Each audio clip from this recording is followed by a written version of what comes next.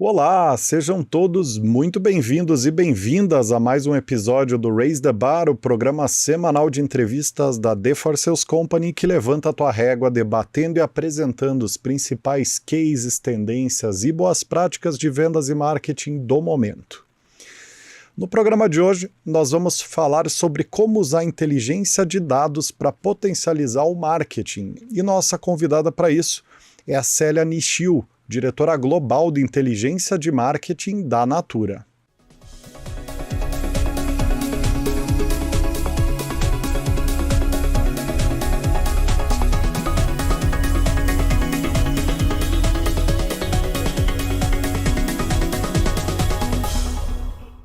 Muito bem, quem está falando aqui é o Rodrigo Sade, Managing Director da The For Sales Company. Eu estou aqui na companhia do Lewis Medeiros, gerente sênior da For Sales, que é a consultoria de Executive Search do grupo. E para começar, eu queria dar as boas-vindas à nossa convidada de honra aqui, a Célia. Como é que você está, Célia? Tudo bem? Tudo jóia com vocês? Um prazer enorme estar aqui. Obrigada pelo convite.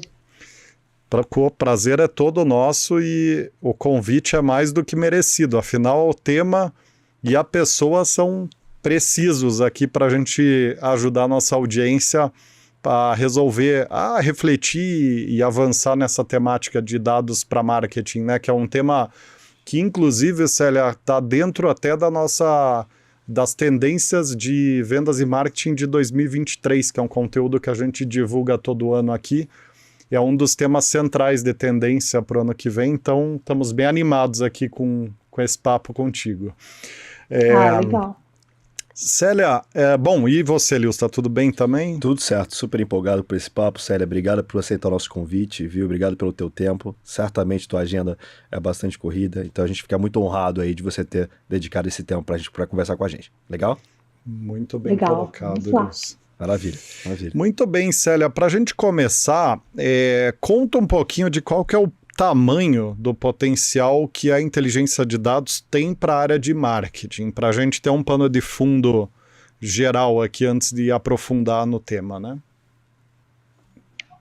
Tamanho do potencial, de quanto que a gente pode contribuir, ou o tamanho de exato. estrutura? Quer dizer, exato, o peso que essa temática pode ter nos resultados de marketing das empresas, né? Quer dizer, de que forma que isso ajuda a área, né, como um todo.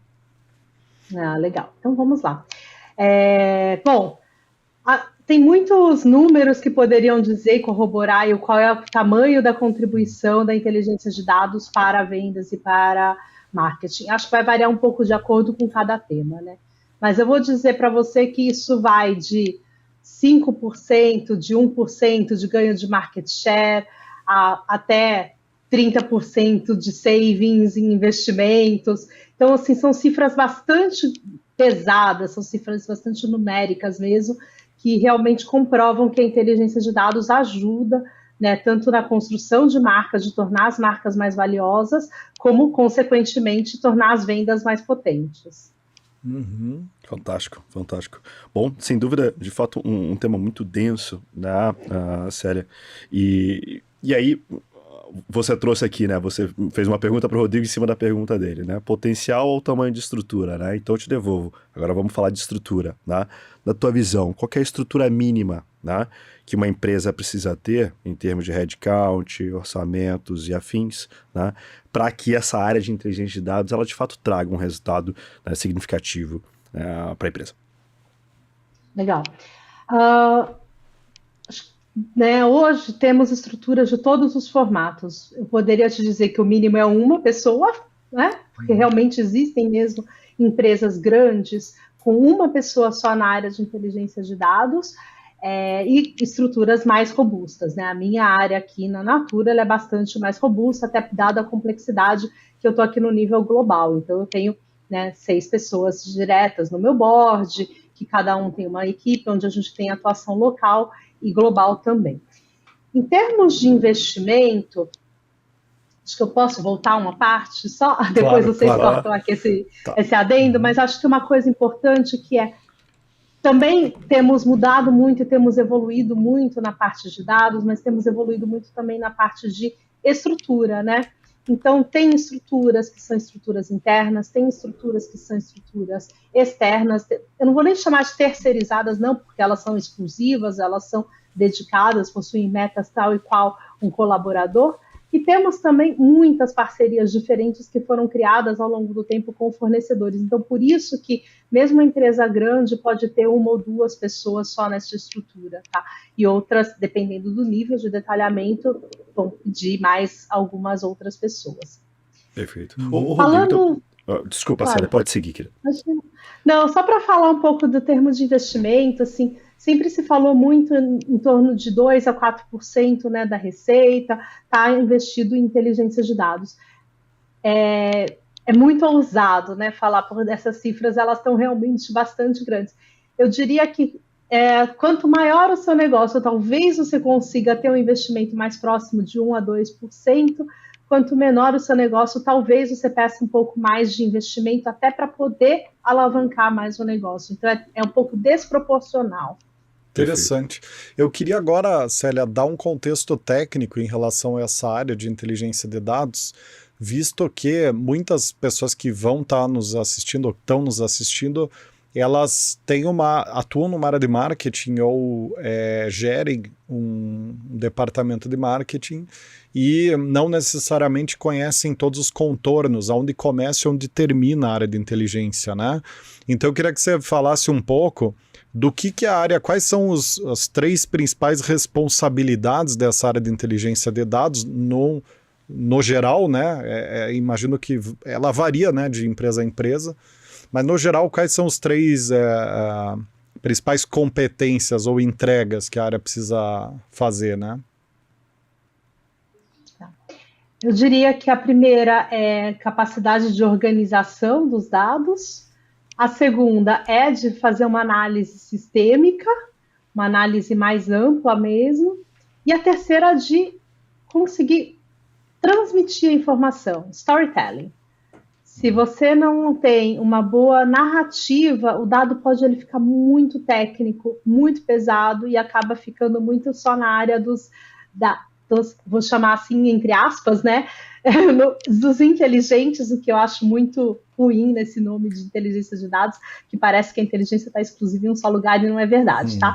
Mas a ideia é que sim, que se trabalhe sobre esses dados, e aí então é organização, análise e também a capacidade de contar uma boa história. Fantástico. Rodrigo e Célia, você mencionou a organização dos dados, né? Mas que dados seriam esses? É dados só de vendas ou tem outros dados?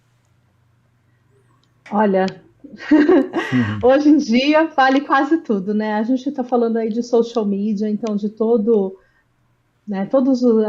as informações que a gente tem traqueáveis em social media, meios digitais, eu vou chamar assim melhor do que social media, dados de vendas, dados de receita, pesquisa de consumidor, cliente, shopper, depende do seu público, pesquisa até de stakeholders, né, essas informações todas combinadas são as informações, os dados que a gente tanto fala, né?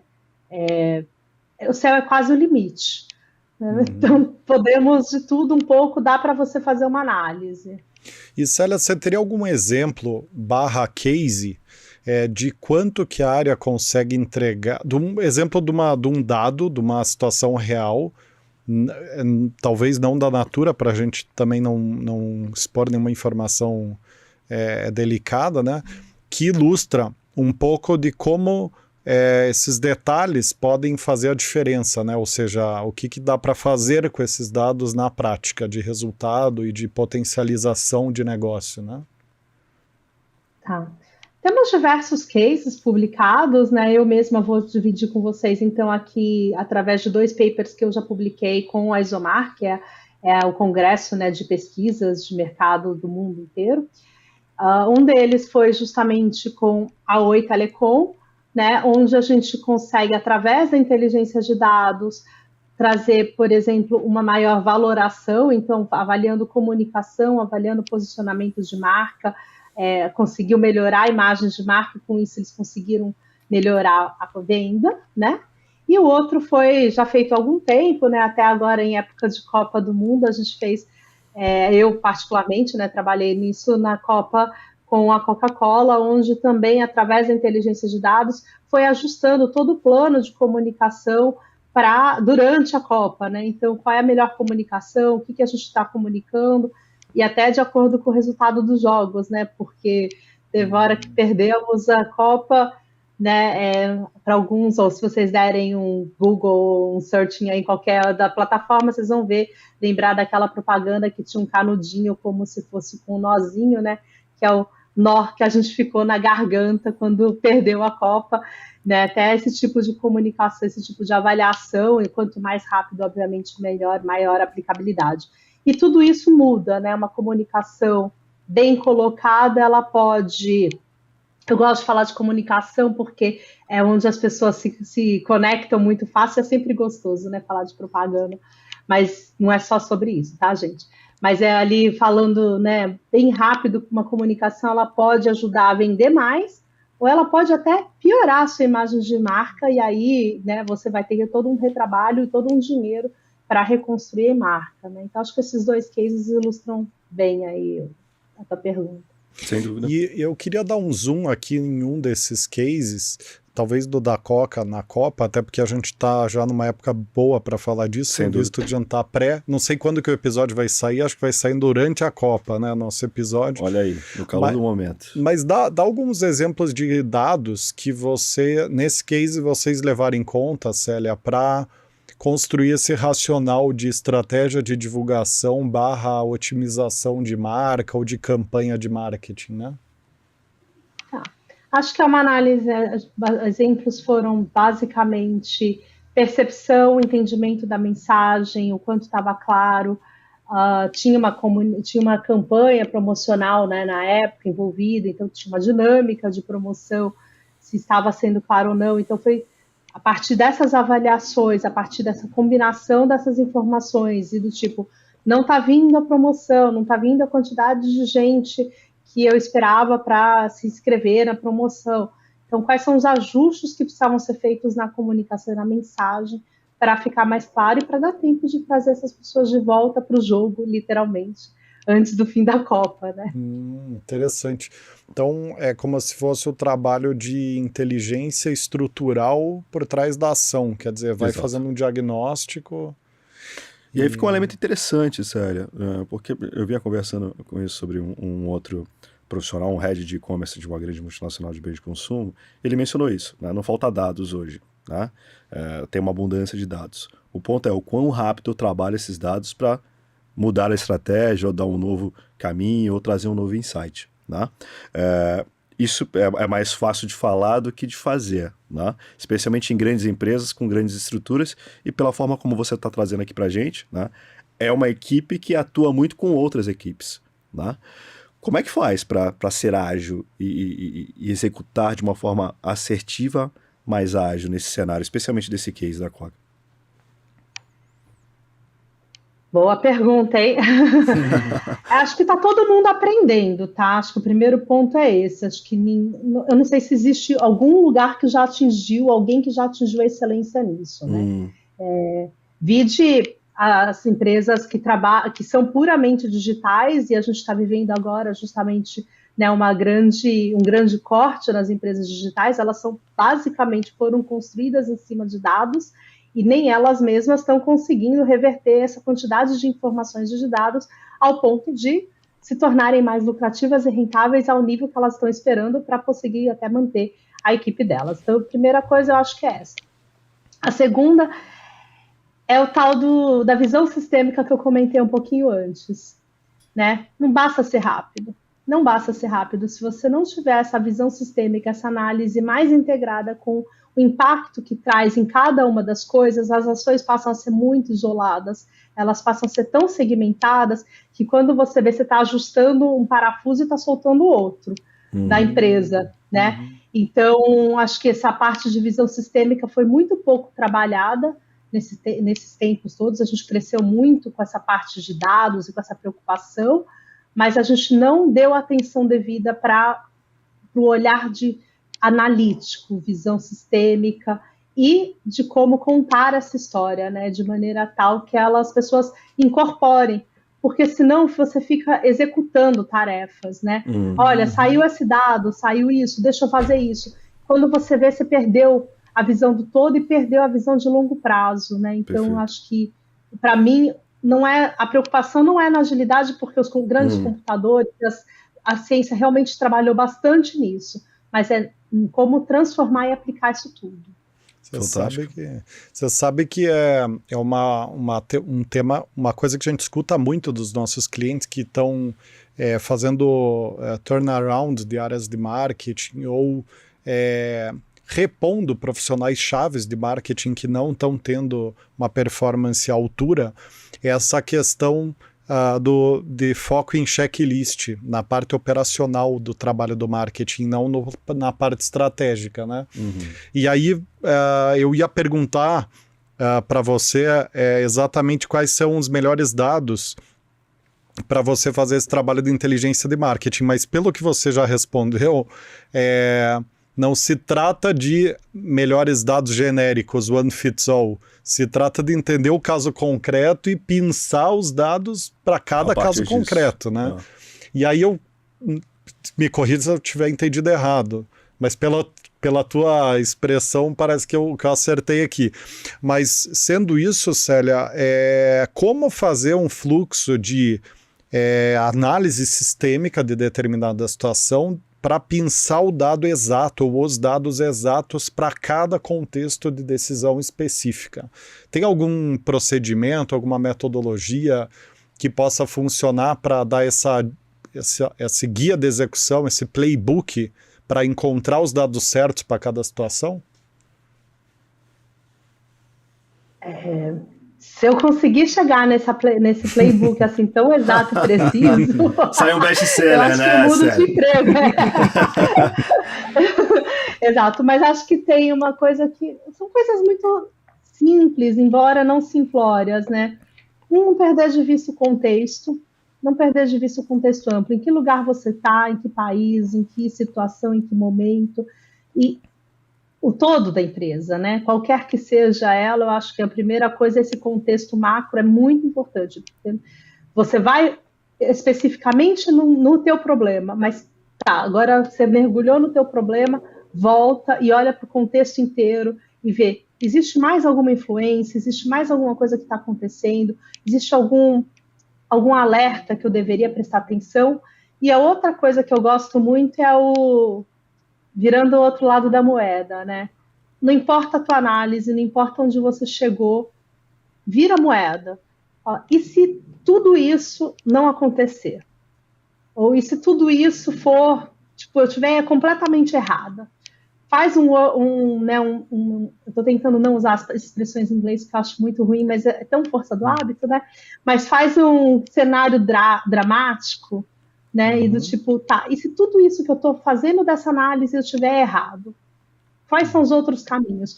Então, com isso, você começa a abranger outros cenários, outras possibilidades, e ajuda também justamente a...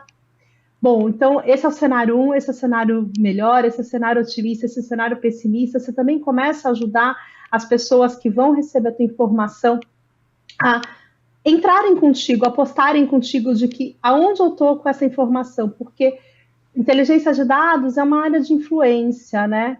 Eu não sou necessariamente eu a tomar a decisão, então as pessoas precisam saber aonde foi meu pensamento, para elas mergulharem comigo nessa piscina, né? E saberem que quando eu estou falando a água está boa, acreditar que a água não está gelada e mergulhar de cabeça. Perfeito. Aí eu vou usar uma palavra que tu usou recentemente, né, Célia, que é a integração. Né? E aí eu tô lembrando aqui, Rodrigo, de um episódio muito bom do Raise the Bar, Célia, que é o episódio do Vitor Peçanha, onde ele menciona isso, né? Que o marketing ele precisa estar integrado, né? Que todos os subsistemas precisam estar em uníssono com a estratégia. Se ela mencionou isso agora há pouco. Qual que é a estratégia de marca ou de marketing? Né? E a partir disso decupar para cada um desses subsistemas. Eu estou falando de social media, estou falando de conteúdo, estou falando de e-mail marketing, estou falando de PR. E aí entender, acho que em cada um desses subsistemas, né, Célia? Aí eu estou me desafiando aqui a responder a pergunta do Rodrigo, né? Quais são os dados que cada uma dessas equipes precisam para que elas estejam ainda em uníssono com relação à estratégia. Tu concorda com isso? Concordo bastante.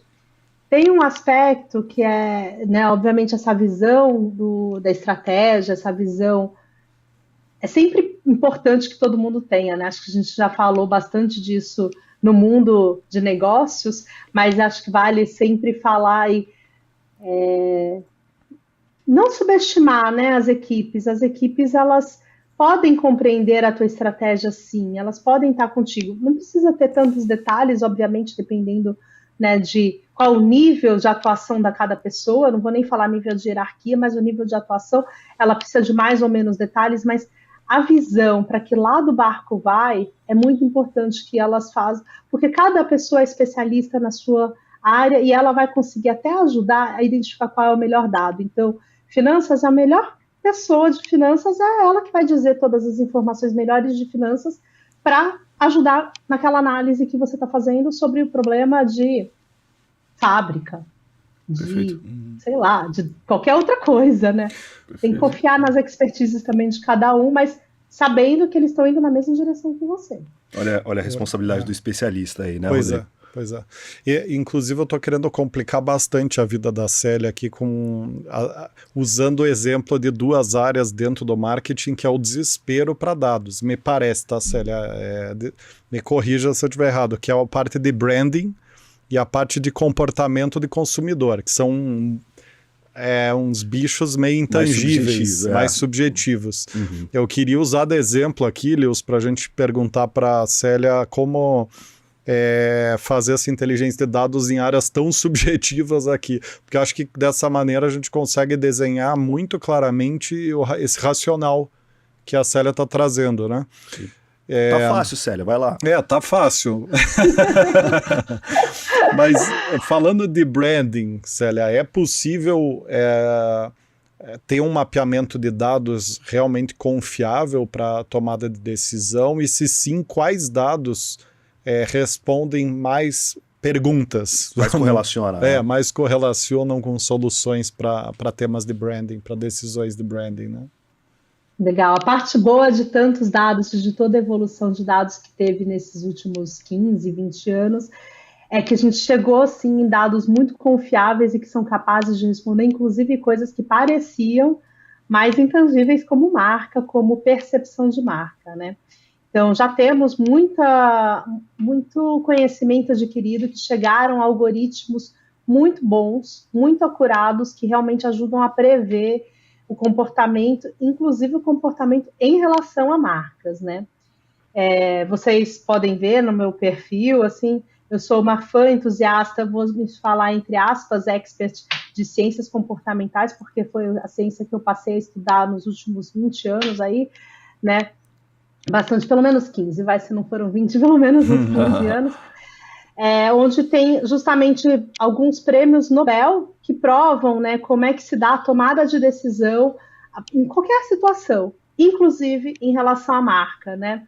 Então, acho que conseguir ferramentais, pesquisas, estudos ou perguntas e dados que conseguem capturar melhor as emoções, testes implícitos, né, testes que são aqueles testes com tempo aplicado, que nos permitem racionalizar a resposta, tem se provado os melhores resultados, os melhores dados para ajudar na tomada de decisões e para ajudar a entender qual é o comportamento preditivo que vai acontecer mesmo.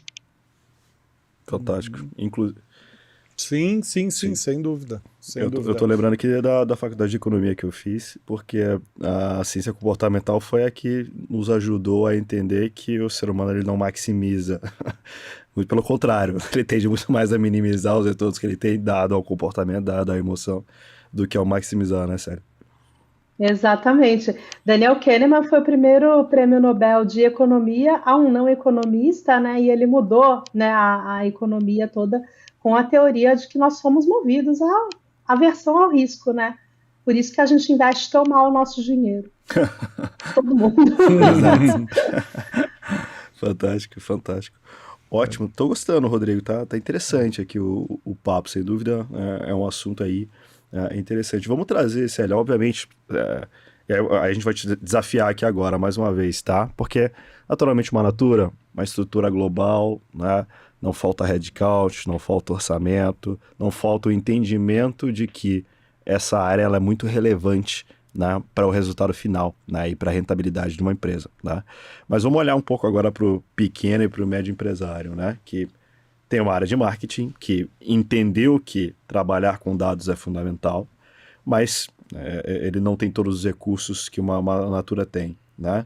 Aí vem a pergunta, vem o desafio, né? Como que você estruturaria, né, uma área de marketing? Que processos que você colocaria, né, para começar, né, para ter um processo ele bem executado, uma responsabilidade de alguém, né, coerente, que trouxesse, né, outputs oportunos?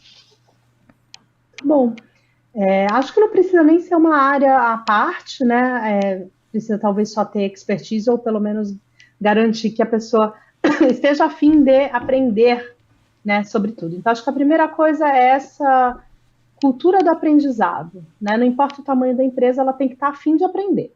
Se ela não estiver a fim de aprender, não vai ter tamanho de empresa que sobreviva, tá? Porque é sobre isso que a gente está falando, é sobre inclusive errar e ver o que errou e aí em seguida aprender.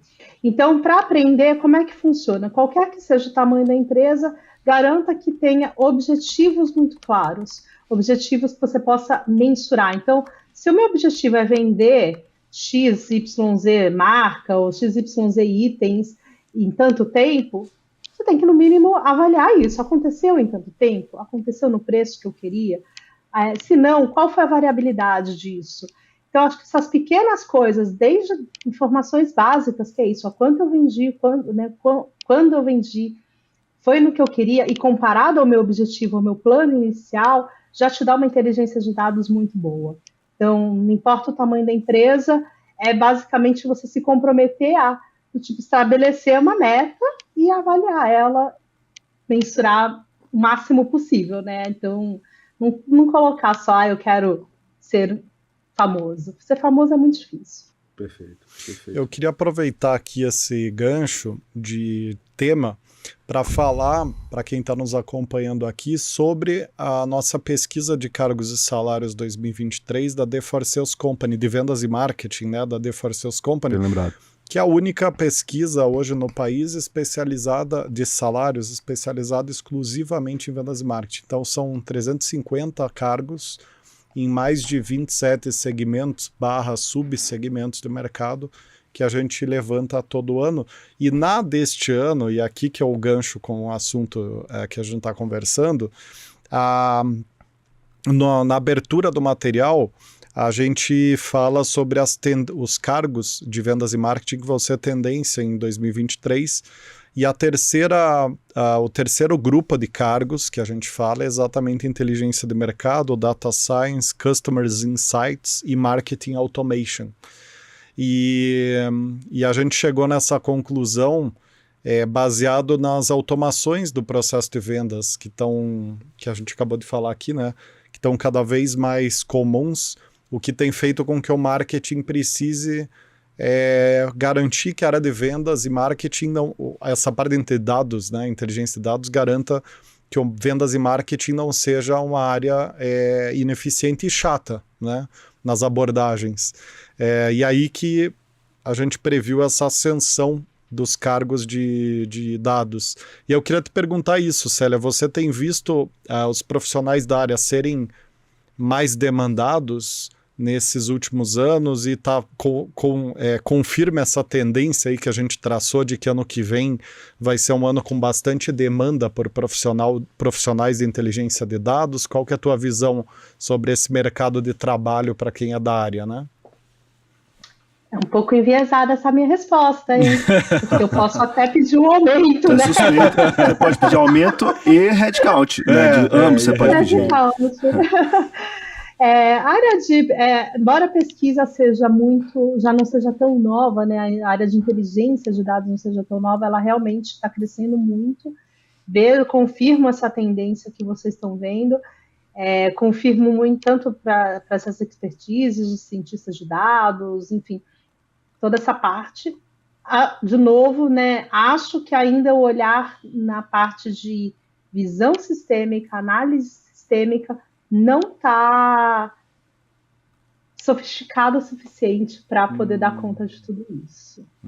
Eu diria que, se fosse eu buscando esses profissionais, eu acrescentaria uma camadinha a mais, que é essa capacidade de analítica sistêmica. Perfeito. Vamos explorar isso então, Célia, porque a gente percebe isso, Rodrigo, em outros clientes nossos, solicitando essa competência, ou essa habilidade, eu acho que está mais para habilidade, né, de olhar o negócio sistemicamente. E aí, antes de eu ir para a minha pergunta, você trouxe um elemento aqui que eu e o Rodrigo a gente gosta muito, né, que é a especialização. O especialista, ele precisa entender quais são os dados, né, que mais afetam, né, ou que mais podem correlacionar ali com aquilo que ele quer construir, né, e afins, né? Então aí vai minha pergunta para ti, Célia. Como que um profissional de inteligência de dados, né, como que ele deve aprender ou como ele deve analisar o negócio para que ele entenda ele de uma forma sistêmica, de uma forma ampla? Vamos decupar isso, por gentileza. Como organizar essa coleta de dados também, né, Leos? Como organizar a coleta. Acho que eu tô indo um passo antes, Rodrigo. É de entendimento do negócio por si só. Né? Tá. Sim, de fato. Poxa, qual é o meu produto, qual que é o mercado que eu estou inserido, o meu posicionamento Depois eu vou querer perguntar para a Célia essa questão de coleta de dados, né? Como organizar a coleta nesse mundo. Então entra na fila, viu? Eu vou entrar vou ficar em segundo levanta aqui. A mãozinha. Célia, vamos lá, acho que temos para todos. Né, o próprio Lewis acho que já foi dando um pouco das dicas, né? Acho que a gente comentou um pouquinho no parte de contexto. Primeiro, se você é especialista, mas não perde a história, não perde o contexto. Então, se é uma empresa de capital aberto, leia o relatório para os investidores. Acho que é fundamental que todos os funcionários leiam relatórios de investimentos, né? Qual é a conversa que a gente está levando para o mercado investidor? Se não é uma empresa de capital aberto, ela tem missão, ela tem valores. Conhecer a história dos produtos, conhecer o mercado competitivo, né? Acho que toda essa parte já é o suficiente para você começar a se perguntar. E a pergunta que eu gosto muito de fazer, isso eu sempre trago, né, para os meus times ao longo da vida, foi: olha para qualquer dado e fala, tá, mas e daí? O que esse dado muda nessa história toda, na empresa? O que esse dado corrobora? Como é que essa informação ajuda? E daí? É uma pergunta simples, mas eu falo, pergunta 20 vezes, e daí? Tá, mas e daí que eu sei disso? Porque aí você fala, se você não chegou numa resposta boa nem para você mesmo, com certeza ela não tem um lugar, né? Aí ela não entra nessa visão sistêmica. É a justificativa, né? É o porquê. Por que eu estou colhendo esse dado? Por que esse dado ele é relevante? Por que a gente tem que olhar para ele? O meu é um pouco mais e daí, né? O teu foi mais casual, eu diria. Seria um porquê com ponto de interrogação, assim, com ponto de exclamação, né? E daí, o que você vai fazer com isso? E, Célia, uma dificuldade que a gente vê acontecer, lógico que no nosso caso, de um ângulo específico, né, porque a gente recruta profissionais de data science ou de inteligência de marketing, inteligência de mercado, pricing, por aí vai, é uma dificuldade em organizar a coleta de dados, né? A gente vive num mundo onde você chacoalha uma árvore, cai 1 milhão de dados diferentes, né? Talvez a Célia vai voltar na visão sistêmica aqui, mas indo além da visão sistêmica, como garantir que essa coleta de dados vai ser eficiente e assertiva, não vai virar aquele emaranhado de informações e a pessoa até se afoga com os dados, né? Vira literalmente um data lake, né? Um lago de dados. Você está querendo ir para a rotina, né, Rodrigo? Exato. Pro processo. Exato. De quanto em quanto tempo eu coleto esse dado, para quem eu mando ele, onde que ele vai estar armazenado. Acho que é aí que tu quer entrar, certo? Eu entendo que talvez seja uma pergunta muito aberta, né? Talvez seria melhor situacionar com um subsistema específico para exemplificar melhor. Mas como fazer esse processo de coleta de dados sem ficar louco ou sem, enfim, sem perder a objetividade, né? Objetividade. Não tá mandando um relatório que ninguém vê, que ninguém lê, mas tá lá um analista há 2 dias trabalhando nesse relatório que ninguém vai olhar. E o pior é a pessoa mandar o relatório achando que aquilo ali tá sensacional e a pessoa na ponta não entender nada e achar aquilo horrível. Ou nem dar atenção. Não tá aplicando, né? Eu não vou voltar na visão sistêmica nesse caso, porque acho que não condiz, mas eu vou voltar assim na parte do objetivo. Objetivo do negócio, objetivo para que eu estou trabalhando. Acho que ele é o melhor parâmetro, primeiro, para você parar de coletar dados. Né? O primeiro é esse, assim, qual é o teu objetivo? Então, quais são as coisas que você precisa investigar? Ele vai te ajudar a parametrizar em termos de quantidade, porque inteligência de dados tem uma coisa que é impressionante, é uma vontade de mergulhar e nunca mais sair de lá, né? Isso é bem comum também na área, a gente ter essa dificuldade de falar, não, para agora, vamos ver aonde estamos. Então, acho que é importante esse objetivo para parametrizar. A segunda coisa que é pouco falada, eu acho, pelo menos não ouço tanto no meu meio, é taxonomia. A importância de você ter dados organizados desde a ponta. Então, se eu vou fazer uma pesquisa, ou se eu vou botar minha lista de produtos para vender, né? Eu tenho uma taxonomia que todo mundo que vai vender sabe, ou que vai botar o dado no sistema, sabe como é que eu tenho que dizer, como é que eu tenho que nomear aquele produto. Isso é básico, mas é muito fácil de ajustar e é muito fácil depois de ajudar as pessoas que vão trabalhar com os dados, porque senão, se ela não tiver o mínimo de sensibilidade, ela vai estar analisando os dados sem perceber que ela está olhando coisas iguais em lugares diferentes. Então, eu acho que taxonomia é um nome importante. E, por último, não menos importante, é uma expressão em inglês, para a gente poder falar dela exatamente, que é cheat in, cheat out, né?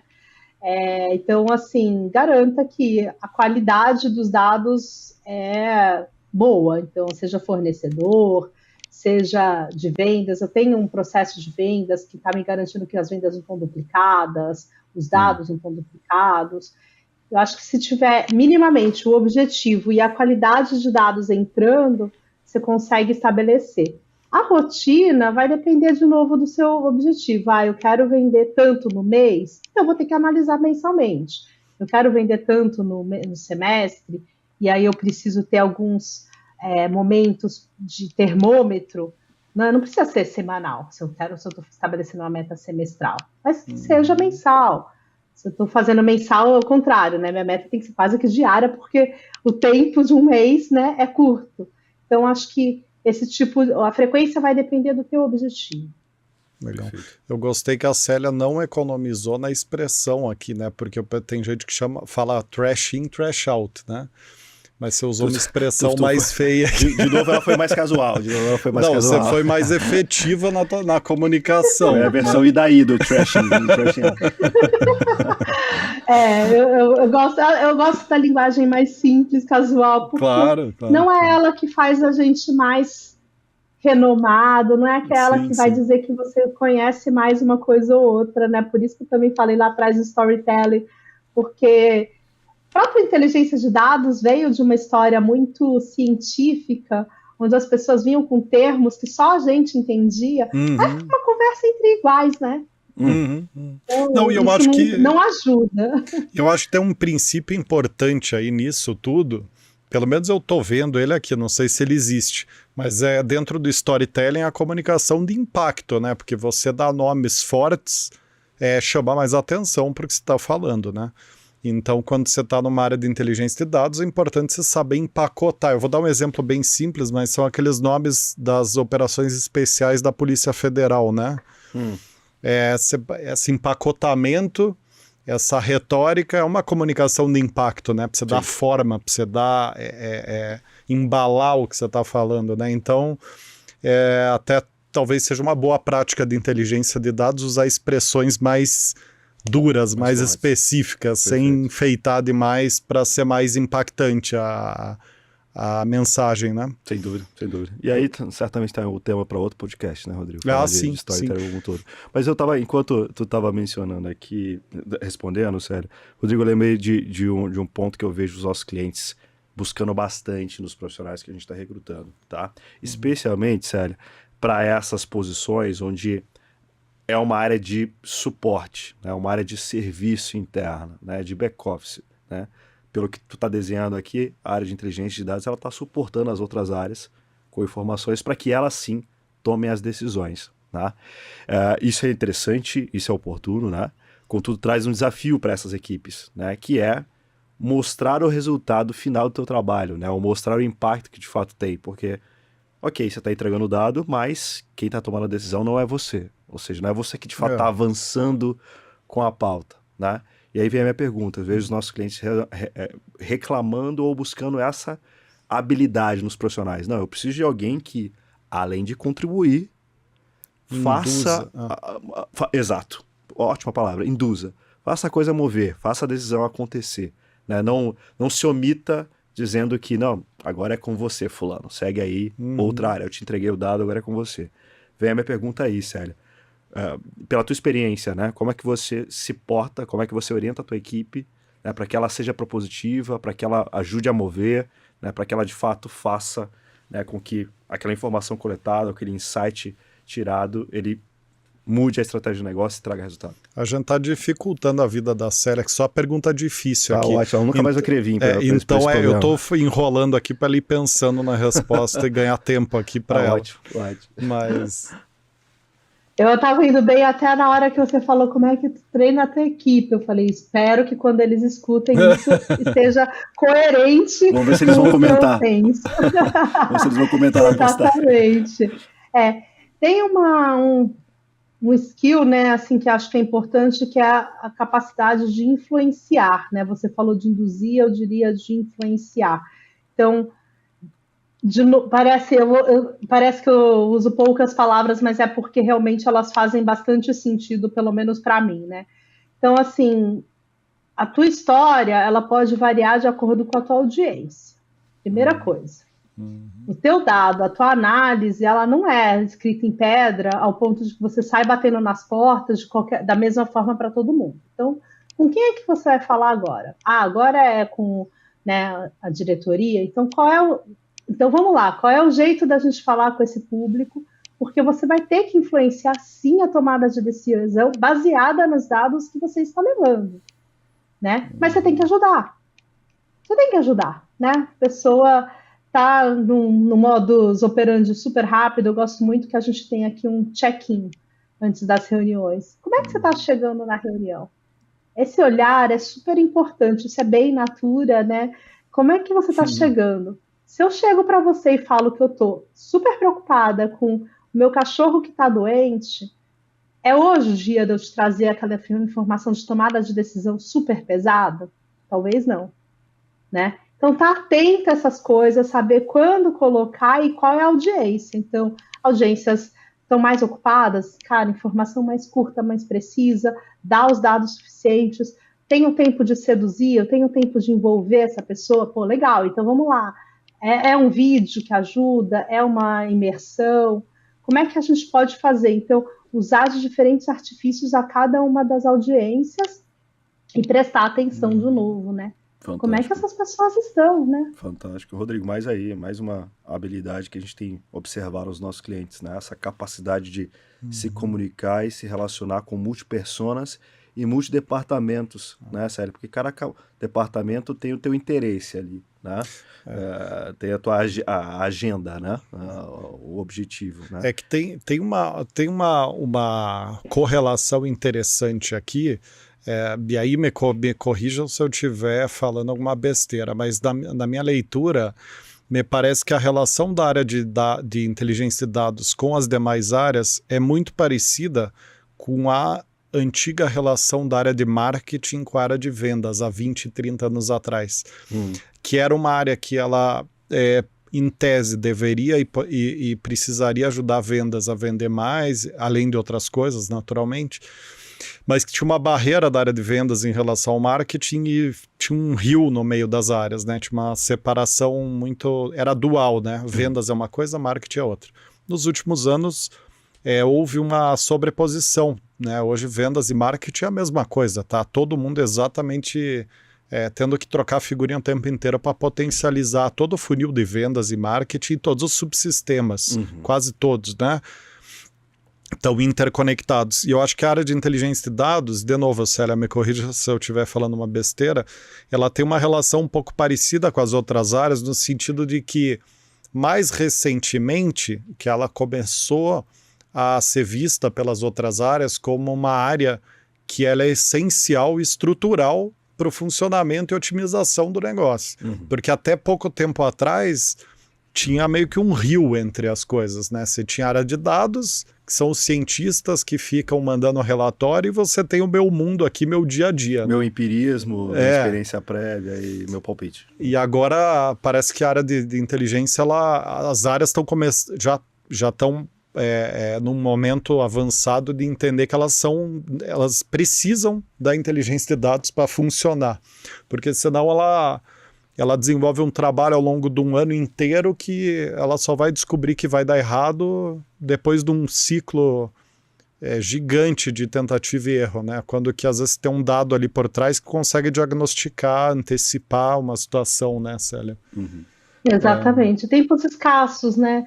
Acho que a gente não tem mais tempo e nem recursos para ficar na tentativa e erro sem botar no meio do caminho tentativa, erro, aprendizado. Tentativa, erro, aprendizado, né? Acho que falta não, né? Acho que justamente veio essa necessidade de incluir nesse ciclo o aprendizado. E a inteligência de dados, ela vem para isso, ela vem para ajudar a você aprender, né? Não vai dar para não errar, porque coisas novas faremos, mas aprender com tudo isso e corrigir mais rapidamente.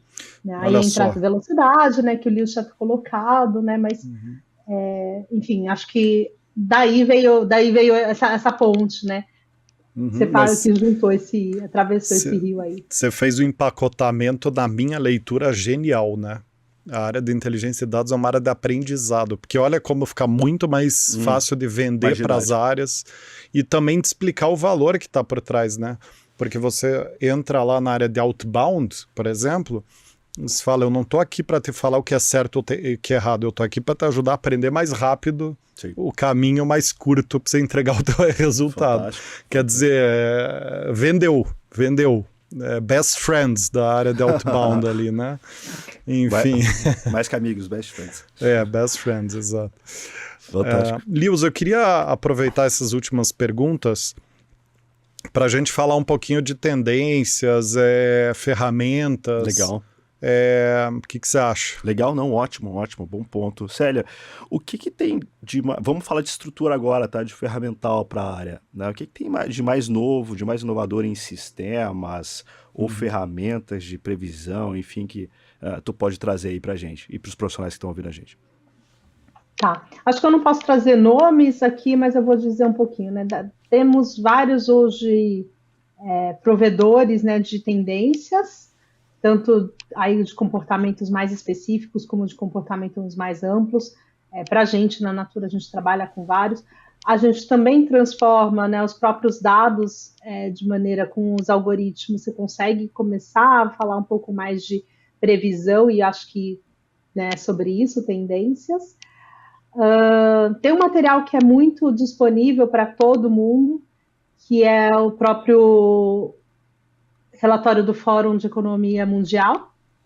Ele é disponível, ele tem ali as tendências de longuíssimo prazo, inclusive profissões, inclusive coisas de mundo. Acho que dali pode dar um bom suporte para qualquer empresa trabalhar.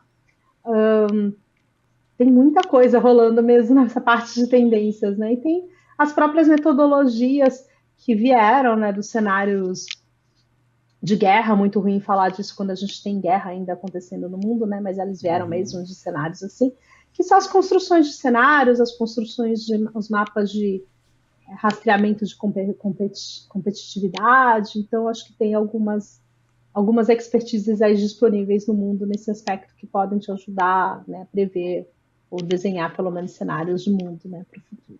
Perfeito. Célia, só para esclarecer um aspecto da tua pergunta, quando você fala de provedores, você está mencionando de fornecedores, ou seja, empresas que estão construindo dados e a partir disso, análise e nos quais as empresas podem beber essa fonte, né? É isso.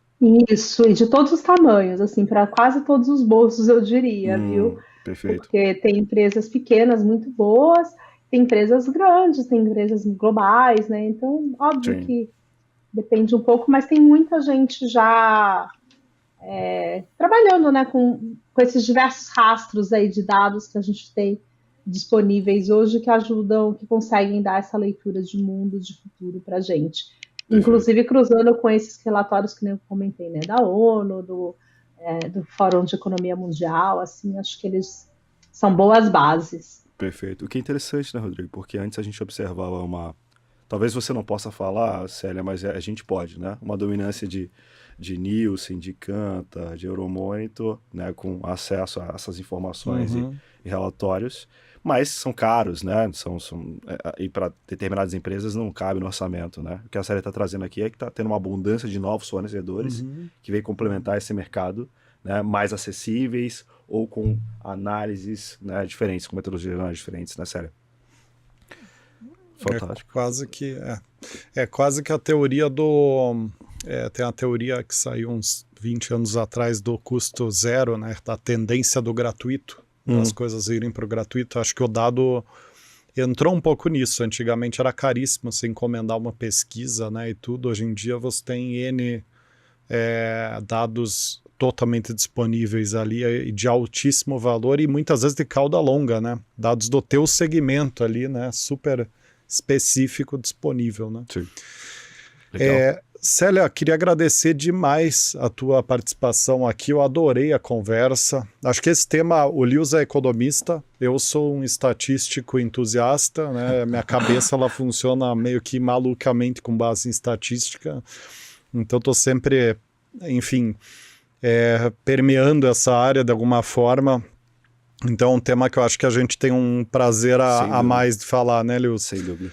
Então eu queria deixar um agradecimento super especial aqui em nome de todo o público que acompanha o nosso podcast e dizer também que eu adorei o papo, né? Foi super legal. Super gostoso. Sem dúvida, antes de encerrar, passar para você a palavra, para você fazer a palavra final do programa e depois de fazer a palavra final também comentar como que as pessoas podem te encontrar para conhecer mais e trocar figurinhas sobre o assunto, né? Olha, de verdade foi muito, muito bacana. Já dei muitas entrevistas, mas esse é meu primeiro podcast, então eu estreiei com vocês. Que honra, então, prazer, honra minha também. Obrigada demais pela oportunidade. É sempre bom, né, trazer um pouco do ponto de vista do aprendizado. Embora as respostas, às vezes, elas possam parecer mais genéricas, de verdade, eu acho que elas têm bons caminhos, assim. Eu fico confiante nelas para ajudar, né, a gente a organizar um pouco o nosso pensamento com relação à inteligência de dados. Eu estou no LinkedIn, Célia Nishio, é mais fácil por ali para me achar. Não sou a pessoa mais divulgável do mundo, mas acho que me encontra algumas coisinhas e estou sempre aberta a trocar, né, figurinhas, enfim. Eu aprendo com as perguntas também. Então, um prazer enorme. Muito bom.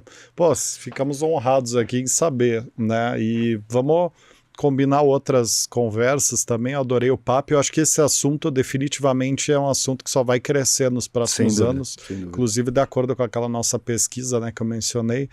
Então fica já o convite aqui, Célia. Vou fazer anual essa conversa. Exato. Convite aceito. Atualização anual sobre inteligência de dados.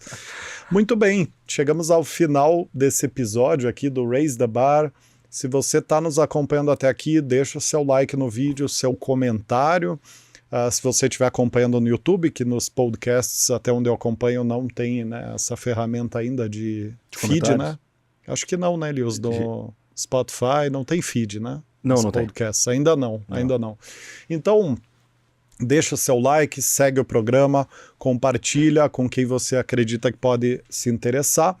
E a Célia e a todos vocês que estão até aqui, nosso muito obrigado e nos vemos no próximo Raise the Bar. Um abraço a todos e todas e até lá.